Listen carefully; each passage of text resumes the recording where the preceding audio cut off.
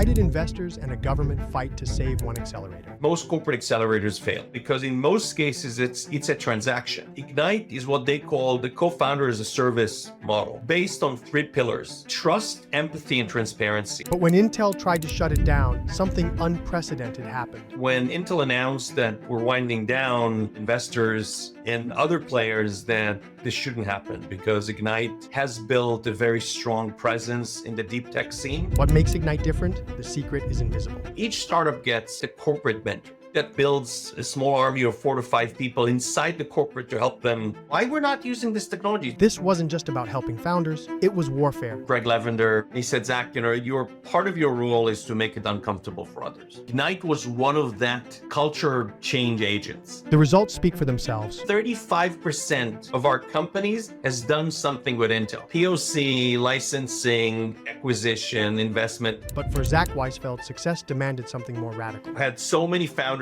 completely collapse in my office. And I did another master's in psychotherapy. How do you turn a corporate into a co-founder? Join us for this deep dive into the future of corporate venture building on the European VC podcast. Here's a few words from our beloved sponsor. Welcome to the European VC podcast, sponsored by Flow. Combining technology and regulatory rails, Flow is enabling the private markets. For the VC market, Flow is working with integrates every aspect of fund management, from creating investment management agreements to handling custody services and regulatory reporting. This unified platform streamlines the administrative workflow, enhancing communication with limited partners and simplifying payment processes. A standout feature is the Flow Certificate, a globally tradable instrument that boosts liquidity and facilitates secondary market transactions, reshaping fund structures with more flexibility. As Martijn, CEO of Flow, puts it, by modernizing fund structures and enhancing liquidity, we're empowering investors, VCs, and innovators to grow significantly. Yes! This was their finest hour. Tear down this wall. It's more than just an alliance. This is a union of values. Let's start acting. This show is not investment advice, and the hosts of this episode may be invested in the funds and companies featured. Welcome back, everyone, to the European VC podcast. Today, we have another one of the deep dives where we're diving deep on the intersection point between corporate startups and venture. And for that, we, of course, have Jeppe, our in-house expert on everything CVC, to help us in a deep conversation with Zack Weisfeld from what you used to know as Intel Ignite, which is now fully Ignite Deep Tech, and you'll all understand that. I am saying specifically here in the introduction of Zack, Intel Ignite as well, because we, of course, all in the European ecosystem have known Intel Ignite for so long, and it's been a bastion for deep tech founders and for accelerator models for the tech ecosystem here. So I wanted to really give that context so we all understand the size of the persona that we have with this here, Zack, because you were one of the founding partners of this, if not the founding energizer. So Zack, tell us everything about where we are today. I won't go into a bunch of details about what's happening with Intel because that's not on you to tell the world about, but rather tell us the story of Ignite Deep Tech as it is called today. Great. So thank you very much for having me. And this subject is dear to me because I've been an entrepreneur most of my life. For 30 years, built companies, 80 years in Silicon Valley, the rest here in Israel.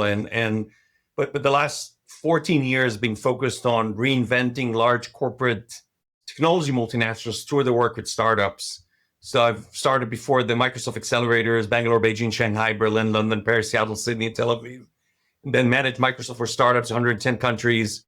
And then later on, Bob Swan, the former CEO, now two CEOs ago of Intel, asked me to join and build Intel Ignite, which was the startup engagement model for Intel outside of our very successful long 30-year venture fund, right? So to what you pointed as an update, so as Intel, I think no news to anyone listening. I think if you haven't been under a rock for the past couple of years, you know that Intel is going through probably its toughest time in history. I think 22,000 employees later that had to go, and a big reduction in force and refocusing of the company. The company also announced that many of the programs as Intel Ignite will be winding down, and also even announced that our corporate venture fund is going to be spun out of Intel as part of, again, focusing on the core business. By the way, some of it may change. We have a new CEO. He's actually coming from the startup ecosystem. He's invested in he's a big investor in startups. So things may change. But as for now, this is the picture. So what happened was when Intel announced that we're winding down, or actually before we announced it, leaked out, we got a strong message from investors and other players that this shouldn't happen, because Ignite has built a very strong presence in the deep tech scene across multiple countries. And especially what happened in Israel is first, as the message came out, I think Bessemer was the first one to send a message that said, this is a big damage to the ecosystem. No one is taking deep tech the way that Ignite has been taking deep tech and deep tech founders and helping them actually create companies. And they wish that there is a way to do something about it. And then people also wrote to the government. So it was nice to see how the government stepped up and said, no, this is not your decision to shut it down. This is too important. We'll help fund it. And then Pat Gelsinger, the former CEO of Intel, supported it and came in as the first customer for what's now is known as Ignite Deep Tech. So Ignite Deep Tech Israel at this point is a standalone program that works with corporates to do venture integration, venture creation, and acceleration with deep tech companies.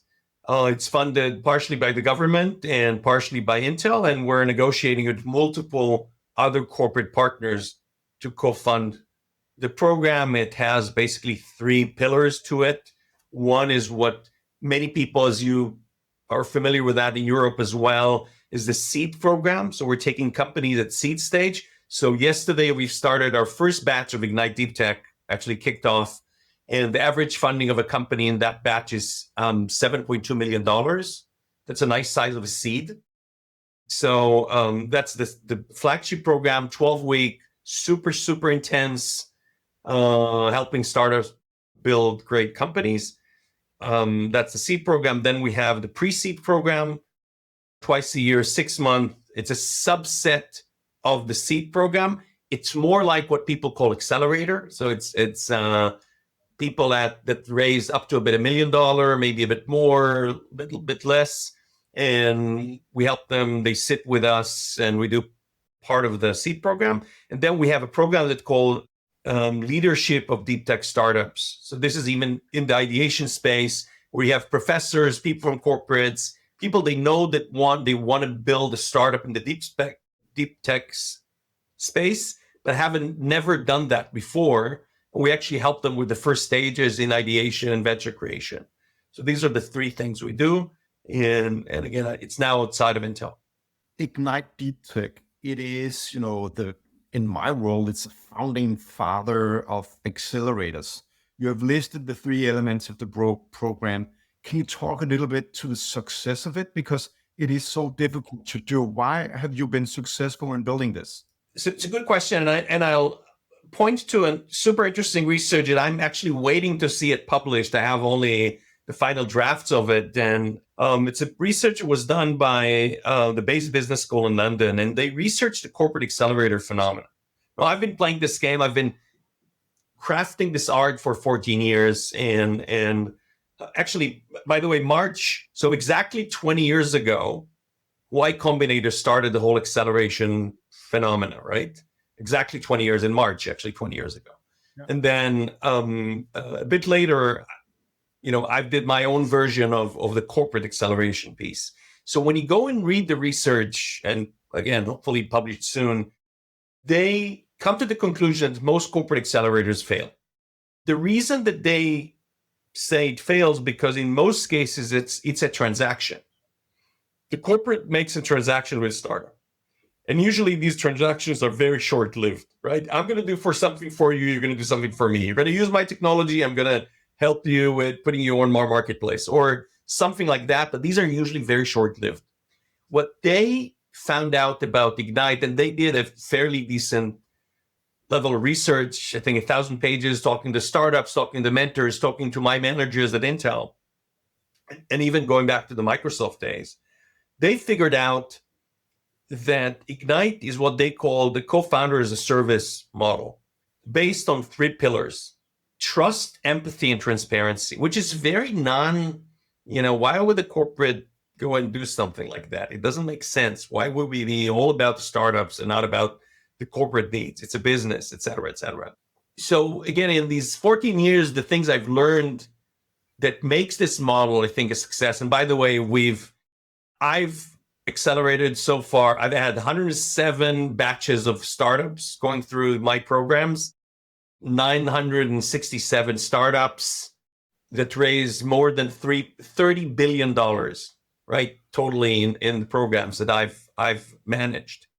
The reasons that this had that success and so many unicorns, et cetera, is few things must happen for these programs to be successful. One, it has to be managed properly. Well, first of all, it has to be sponsored properly. If in Microsoft, my sponsor was Satya Nadella when he was the head of the server and control division.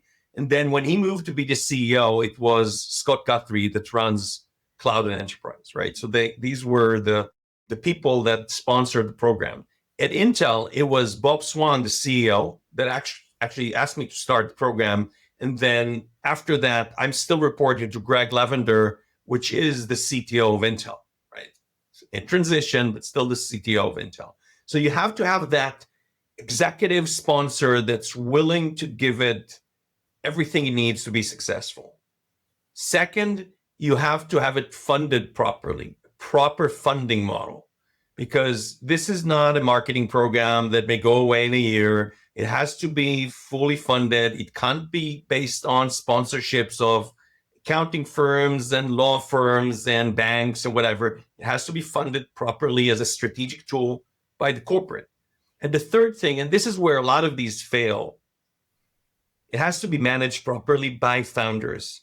So a lot of corporate programs that I've seen are managed by either a super smart, nice MBA graduate, a great program manager, but doesn't fit to run a program like this because lacks the experience and the network. Or it's ran by an old-timer, someone that comes from the corporate, and maybe that's their last job, or maybe they just know everyone and they like to play with innovation, et cetera. And again, I don't want to offend anyone, but these are not the right types to make these programs successful. If you look at all the people I hired through Ignite, they're all serial entrepreneurs, people that built companies, hired, fired, raised funding, exited, failed with the startups, did all these things. And these are not easy people to hire into the corporate. So all of this, I get. Some of the things that I have found super difficult when working with big corporates, having the sponsor part, right? So leadership, top management, board understand what's going on, right? The brain is functioning, right? But the body that is the culture of the corporate tends to fight it, right? So how would you work with that part? Yeah, you're absolutely right. Part of the reason we get a lot of interest now, even as a standalone entity, is because our success rate in engaging within the corporate is phenomenal. So 35% of our companies has done something with Intel. POC, licensing, acquisition, investment, which is, usually it's less than, it's a handful of, it's lower than 10%, the percentage of integration. One of the ways that we figure out to do this is through the mentorship program. So each startup gets an industry mentor, which is a serial entrepreneur, someone who built companies before. So the mentor for the CEO, how to build a startup. But then they also get the corporate mentor. That corporate mentor, the lead mentor, usually builds a small army of 4 to 5 people inside the corporate to help that startup. And on a weekly basis, they work with the startup and help them be successful. This is the specific one of these secret sauces or the magic that does a couple of things. One, you're not trying to sell, a startup is not trying to sell to the corporate. So if you're going to try and sell to the corporate, you're going to have all the reasons why the corporate is not going to buy, right? They're not, they don't have the right support infrastructure. No one ever tried them before. They're going to fail. The IPs, whatever. Lots of reasons why it's not going to work. When the mentor is looking at this, they usually start to work with the startup, and then they go back and say, hey, why we're not using this technology? It's super cool. And they have their networks and they have relationships inside the corporate, and they become these internal champions. And suddenly it's not about the startup trying to sell into the corporate.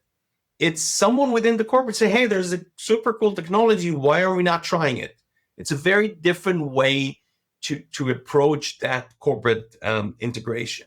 The second thing, if you read the mentorship, so I had a meeting with Greg Lavender, the CTO of Intel, met with about 20 of the mentors. One of the mentors, for example, an amazing female technology leader, said to him, look, my 20 years at Intel is divided to 18 before Ignite and 2 years since I've been working with Ignite. I'm a better manager. I develop better products. And for the first time in my life, but my professional life, I actually understand markets better than ever before, because now I'm sitting in the forefront with the startup and trying to understand what's going on. It's not what I used to see when I just working at Intel on these super important product lines. So there's all these little secrets of how to make that work. Not easy. None of it is easy. Has there ever been any incentive programs ready for these corporate mentors, or do they just volunteer to do this on top of their other 25 KPIs for the year? It always starts with the conversation is, I don't have time. I have too many other things to do. I don't need a bunch of these kids, that I have to mentor, et cetera. I don't have time to this. And especially as the company is shrinking and you have more responsibilities. The minute that they try, so by the way, the first batch, second batch is hard because no one jumps on it. A manager will have to go and tap someone on the shoulder and say, try it out. It's going to be an interesting experience.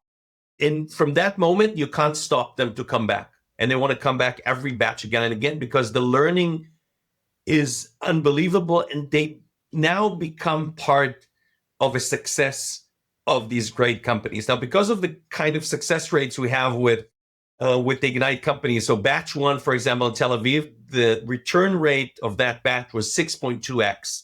There's almost no VCs that return 6.2x, right? They're now telling their friends and colleagues that they are major part of this startup that everyone now knows and people are excited about, et cetera. And they love it. They love it. That's the time of the week they actually really enjoy more than their 25 other KPIs that they have to do, right? So it really becomes that shiny, part of their week. But then let me pop another question to you, right? Because that is then one side of the equation, right? What you have been able to deliver to the corporate mentors are then the exciting startups. How have you found those? So I'll give you an example from again, the batch that just started yesterday. So almost every Ignite batch across the world, we get about 250 applications that apply for 10 seats in a batch. With about 100 of them will have an engagement, about 60 will go into the diligence process, about 20 will go to a final selection day. So this is a 3-month process. Final selection day is about 15 to 20 companies. They see 6 different judge groups. So it's about 140 judges. Half of them will be corporate, half of them will be VCs and entrepreneurs. Each startup will see 2 separate Zoom rooms or physical rooms for a 25-minute pitch in each room. And eventually we'll offer 10 companies to join the program. So that's a pretty rigorous selection process. And I think because of the experience and because of the success that Ignite had so far, about 70% of the companies are actually referred through top investors. So it's very different than usual accelerators, right? Because if we go back to 2010, 2011, when you started, right? Yep. So it seems like you have built a model that really works now for finding the right startups. But going back in time, are there any learnings that you can pass forward to others of how to do this, right? You said it needs to be, you have to go through a couple of batches. You have to see a lot. Yeah. Anything you got right in the start? Tons of learnings, of course. When I started the program, I was upset that I wanted to have a venture fund connected that I could actually invest in the company they bring in. And there was a big negotiation piece between myself and Microsoft Finance of getting that fund going. And they wanted me to fund like 10 people in finance to make it working. And eventually I didn't have that. And that was one of the best blessings, because not having to invest in that cohort and take equity actually brought me better companies that didn't want Microsoft on their cap table and didn't want a small investment for, certain percentage, which they didn't know what they're going to get in the program. So like, this is one of the things that I didn't know originally that's going to work out, and worked out really well. Second thing, and by the way, at Intel, the mentorship program worked much better than it worked at Microsoft. And I didn't think it's going to work out, because I thought these old timers, these Intel guys, how can they help startups? I was dead wrong. And actually the head of Intel in Israel, a guy called Yaniv Gardi, he said, Zack, no, I'm not going to let you do this program if you're not going to have a deep internal mentorship going. And he was super, super, absolutely right about that. And also has been one of these significant, unique things I've learned. So I give you an example. It's a small company that we had doing in the security space. Think of what does it mean? A company that your first customer has 180,000 clients that you're going to protect. And this is your first customer, and it's Intel. Every company next that you're going to sell to, and every investor, the conversation is different when you've gone through the unbelievable hard selling process into a company like Intel, and you now manage 180,000 endpoints.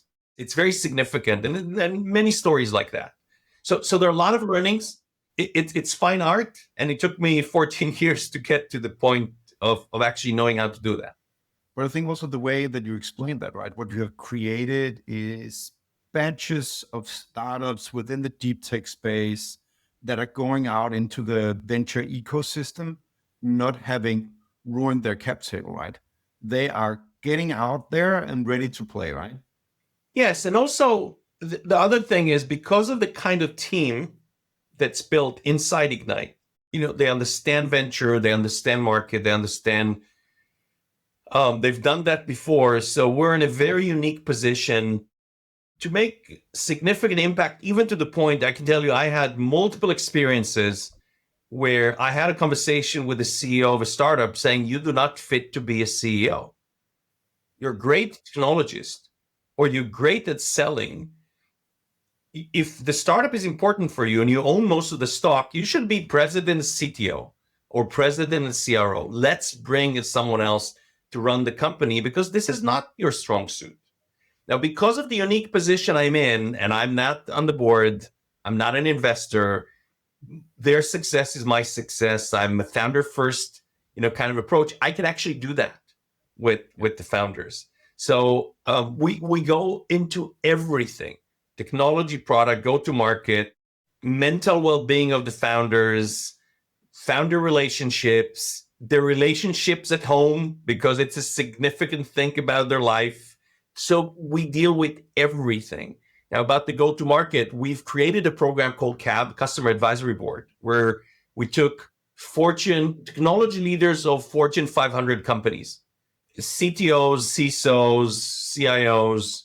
We have the CIO of Intel, Moti Finkelstein, as the chairman of that group, and we meet with startups in that group in New York once in a while to create business opportunities. We don't forget it's all about the business at the end of the day. We can create some super cool deep tech technologies. If there's no business at the end of the day, that doesn't matter, right? So again, there are multiple components to it, but the key is, I understand. I used to run startups. My managing directors understand. They used to run startups. They know what's important. We don't waste the time of the founders on things that are useless. On the other end, we try to keep the eyes on the ball and what would make them successful. If they're not successful, the corporate gets nothing. So this is why it's all about them. And then it goes back to us, to the corporate. I have a reflection on a former part of my career and a question that I'd love to ask both of you. I used to run a student incubator, which interfaced both to researchers and students. We kept working hard on getting the local business environment and the corporates involved in the work with the founders. And here I say founders / students / researchers. And I am sitting here throughout this conversation thinking back to something you said in the beginning, which was that the atomic unit of these programs are always the founders. Also, of course, all the internal stuff inside the program. But if the founder quality is not there, the program will inevitably die. It just will not work. It will not yield the results. When I think back to what was being done there by the university and the incubator, and in consequence, what happened to the corporates that engaged, because the quality was not there, because they were not handpicked as you described it, the majority of your founders came to you by reference by VCs. That is significantly different from the majority of the founders getting into a program being people that get ECTS points for taking part of a course where they have to do some project and a report to a local corporate that for some reason thinks that we probably should do this, and they put a mid-level management, or sometimes it's even quite senior management that's involved in this program, because we're doing a bit of an innovation theater, I think, by telling everyone this is important, these are founders, these are blah, blah, blah. And in fact, they haven't quit anything to do their thing. They are not intending to go full-time with the startup. And thus you just end up blowing it completely. And I'm kind of taken back to thinking about how I talk to angel investors often when I say, you all as an angel tend to want to find a diamond in the rough and help them out with all your experience. But your first investments, you typically want to find the diamond that's already found by others, and you tag along and get to see what an excellent founder and an excellent journey looks like. And you put your money with a bunch of those. And then as you grow in competence and skill, you start investing more on your own. Is it a similar dynamic when it comes to corporate venturing or corporate interfacing with startup land in whatever model you do, that you oftentimes see corporates building things up from the ground up and thinking that they should find the diamond in the rough and can do it all by themselves, so to say, meaning they don't tap into the existing venture landscape sufficiently and recognize that the top founders are almost the only ones that will truly give you what you want? I think when corporates look at these hackathons with students, or it's more of an exercise on more of an HR hiring. We want the brand to be existent there. It's not about finding the best entrepreneurs. I don't think that's the case. I don't think anyone thinks they're going to bring the best startups out of these kind of engagements. And I think most cases is corporates are late to the game because they're trying to find these startups way late, right? When there's already credibility and validation for what they do. And because this is the way they used to work, I think, inside corporates, and there's a lot of NIH, et cetera, et cetera. I think the current model we build, we have these three layers. We have the deep technology leaders, which are professors, corporates, people that comes with technology. There's no startup yet, and we'll help them with the ideation phase, but this is not part of the program. This is a separate program. And then we have the seed program, which also, pre-seed. A subset of them will get to the Ignite program, but we'll help them figure out. And if they're good, then we think they're on the right way. They'll get into the selection process, and then we'll invest, or we'll take in the ones that are, taking it more seriously, or they already funded a bit, or they have a product, and we can help them with their product market fit, et cetera. So because we're now have all this funnel, I think we have a better chance of making it happen. And the thing is, because of the success rates of Ignite, it's easier for us to come to these corporates and with the big FOMO effect, right? And say, you want to be the one that would again miss OpenAI when it's starting. You want to be the one that again misses, whatever's the next trend and the startup that's going to start that next trend. You don't want to be that. I think in the past, I had this slide with all these startup logos that build the business of Google or Amazon or Microsoft. And it's an amazing, you look at all the Google revenues, right? It's a double click for the, search advertising. It's Waze, it's YouTube. It's startup acquisitions, right? So you have this for a lot of the companies. Today, I have one slide with OpenAI on, together with Microsoft versus Google. And I say, I don't think anyone needs to tell the story anymore why startups are important and why to corporates and why is it important to go in early. So I think the dynamics has changed a bit, but you're right. The model that corporates have been trying to play with has been wrong, right? Because it doesn't produce these kind of results because it looks in the wrong places. It's kind of easier to play in the academic space, but there's no innovation outcome that would, create ventures. It will create employees, but it won't create ventures for the corporate. I think from my side, right, some of the things that I often talk about is the average lifetime of a corporate venture entity is 3.7 years. We talk about that people and strategy changes in large corporate. And I think some of the companies that I interact with that are bold industrial companies, they don't have the culture to wait, right? They will do 2-3 year cycles. And if they do not see proof of what you have done, they will not sit and wait, right? And it takes time to build these models, right? To find a corporate sponsor is not easy. You might have hundreds of thousands of colleagues out there, right? And you need to find the right ones that can help you, develop things like Ignite Deep Tech, right? You might have been lucky, Zack, also, right? That you were within a company that understood that you had to develop all the time, otherwise you would lose it, right? Or lose out, sorry. You're absolutely right. And I have to give Greg Lavender a lot of credit, of course, Satya before that, and Scott. When Greg joined Intel and took me over, he said, Zack, your part of your role is to make it uncomfortable for others. A major part of your role. Don't go around the bat hitting people on the head, but your job is to make it uncomfortable. And if they have issues with that, you come to me.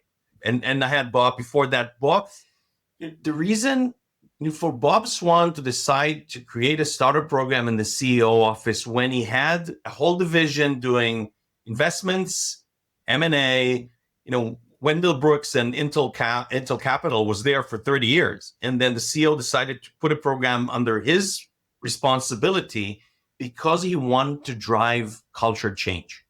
Now, were we successful in Intel? I don't think we've been so successful, but we've tried. And Ignite was one of that culture change agents through the mentorship program. And this is what now we offer through Ignite Deep Tech to corporates from the outside. We come in, we learn about the gaps, we learn about the strategy and where the company wants to go, so we can help them find the right startups, and we'll manage the internal tech leadership program through Ignite and engaging as mentors. That's exactly the kind of offers we bring as culture change agents. It's tough. It's a tough journey. And I think there's a lot of other corporates that could benefit of joining, right? You'll get a head start into something that is super, super difficult to do. And maybe this is, the reignition of the accelerators, right? I'll cross my fingers for that, no doubt about it. Thank you. And yeah, that's what we offer. It's like a third start of this for us, the phenomenon. We keep on learning. We're changing with the way that the world is changing. And we think that especially in deep tech, which is harder and take longer, it's critical to have that corporate startup connection early on. and we think there's a big opportunity out there. It's different than a venture. It's different than just investing for the IRR or even strategically because you want to be engaged in the program. It's a much deeper engaged model. But you can also say there's not going to be a lot of VCs out there that can help startups the way that you can, right? Because just the pure customer base of what you explained before is so significant in the journey of a young company. Zack, we have spoken about a lot of the principles and the broader points around corporates engaging with venture and startups. I'd love to get a little bit specific here in the end. As an example, you started out saying trust, empathy, and transparency were the 3 core words. What does that mean specifically? You also spoke about the importance of being a co-founder rather than being transactional. What does that mean? Does that mean it's a good thing to take equity, or does it mean it's oftentimes a good idea not to take equity? So try and be as concrete as you can with tactical advice for people building in this space. Always tell the startups, look, it's although 10 companies starts a cohort, there are basically 10 programs running in parallel because each startup needs something else. They're in a different stage. They may have a little bit of a different market. The founders are in a different relationship, whatever. So first of all is being super, super specific. The reason startups don't want to go to accelerators is because usually accelerators are co-working space with lectures. And it's not about the lectures. It's about the very specific need of each of these companies. This is why we work really, really hard to find them the industry mentor, which again is always a serial entrepreneur, someone that built companies before and will handhold them as they're going through the process, and the corporate mentor to help them through figuring out how to sell to a corporate, how to scale the technology, how to take these things further. So these are these deep engagement models. Going to your point of trust, empathy, and transparency. So one of the things that we do, we have a session called CEO Dilemma Sessions with the CEO, which is kind of peer therapy for founders. So we create from the first week of the program, from the first day of the program, a bond of these CEOs that they usually carry with them for even if they've changed startup, they start a new startup, etc., they keep that core WhatsApp team and they go back to each other and help each other, etc. And it's an important piece because founders are lonely. CEOs specifically are super, super lonely, and they deal with tough issues. We don't have enough time to go into this, but about 4 years ago, I found my mission in life, which is I had so many founders completely collapse in my office, mentally and physically. And one of the triggers I had is a friend raised $100 million, a guy, 35-year-old, came to me and said, Zack, I'm collapsing. I have a 6-month-old at home. I'm leaving my wife and my home. And I used to manage 12 people. I don't know how to manage 300 people. And I asked him, do you go to therapy? And he said, I try. It doesn't work out for me. So I've decided I'm going to build a mental health therapy for founders as a discipline. And I did another master's in psychotherapy. I work now with complex post-trauma patients as my residency.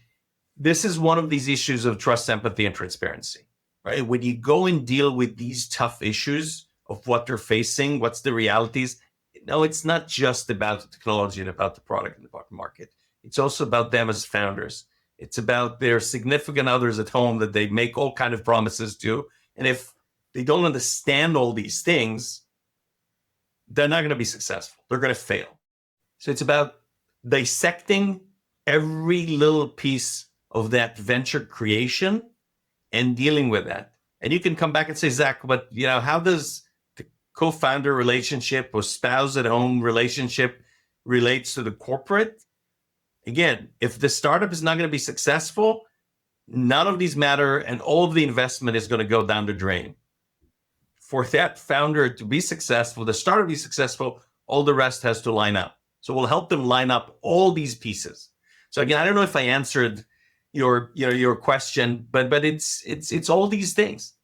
Zack, I deliberately steered away from that topic because we had it agreed already that we would talk about it, but then I saw the time going, and then I thought, fuck, I gotta ask Zack if we can do a full episode on this, because I know that it has been such a big change in your life, and you've committed a lot here. But it's critical. It is absolutely critical, and it's also a mission that we here at EUVC are working very hard on spreading the gospel of. So for that reason, I wanted to say here in the end that we're gonna do a full, or at least want to invite you for a full deep dive only on this, how you think about it, the realizations you've had, and the work you do, because I think it is tremendously important. And I also, just when we're now here on the EUVC podcast, where we're all about Europe, I can also say I think that it is one of the places where we have a true competitive advantage in Europe, because I do think that we carry with us a pretty healthy perspective on life and approach to building, which I think is likely going to allow us to build more sustainably than some of what is now seeming to be more of our competitors than our friends before, maybe.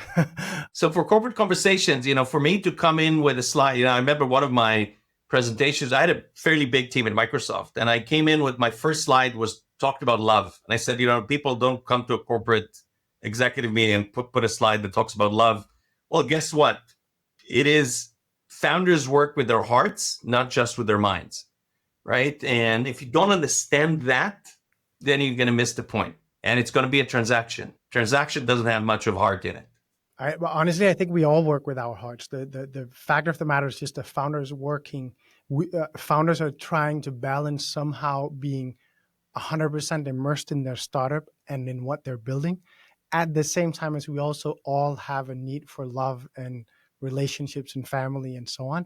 So we are just invariably creating a situation that will blow up in our face if not the founder is somehow either by themselves magically able to handle it and deal with it, or we as the people around them able to help them.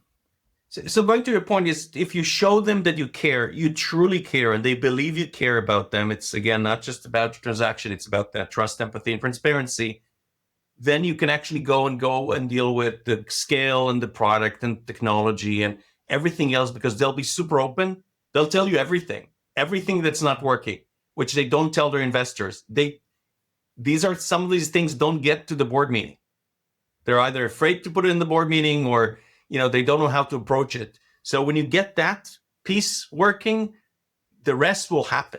But it's also where the board and the investors, they need to be, let's call it, grown up enough or sophisticated enough or whatever we call it, self-aware enough to know the importance of this so that it can go on the board meeting. Because honestly, it has to. It's just as important. Though maybe the boardroom is not the place where you discuss the founder's relationship to their spouse. It's maybe not the right forum, but in importance, it is just as important as any other strategic discussion. Yep, I agree. Zack, thank you so much for joining us on the podcast today. I hope you witnessed a bit, and everyone here in the audience as well witnessed a bit the difference in Jeppe and I, because Jeppe knows everything about the corporate landscape, and I saw the fire in Jeppe's eyes when you started talking, Zack. So, Zack, thank you so much for joining us. Thank you very much for having me, and thank you for bringing this message to the important European startup scene. Here's a few words from our beloved sponsor. Welcome to the European VC podcast, sponsored by Flow. Combining technology and regulatory rails, Flow is enabling the private markets. For the VC market, Flow is working with integrates every aspect of fund management, from creating investment management agreements to handling custody services and regulatory reporting. This unified platform streamlines the administrative workflow, enhancing communication with limited partners and simplifying payment processes. A standout feature is the Flow Certificate, a globally tradable instrument that boosts liquidity and facilitates secondary market transactions, reshaping fund structures with more flexibility. As Martijn, CEO of Flow, puts it, by modernizing fund structures and enhancing liquidity, we're empowering investors, VCs, and innovators to grow significantly. Yes! This was their finest hour. Tear down this wall. It's more than just an alliance. This is a union of values. Let's start acting.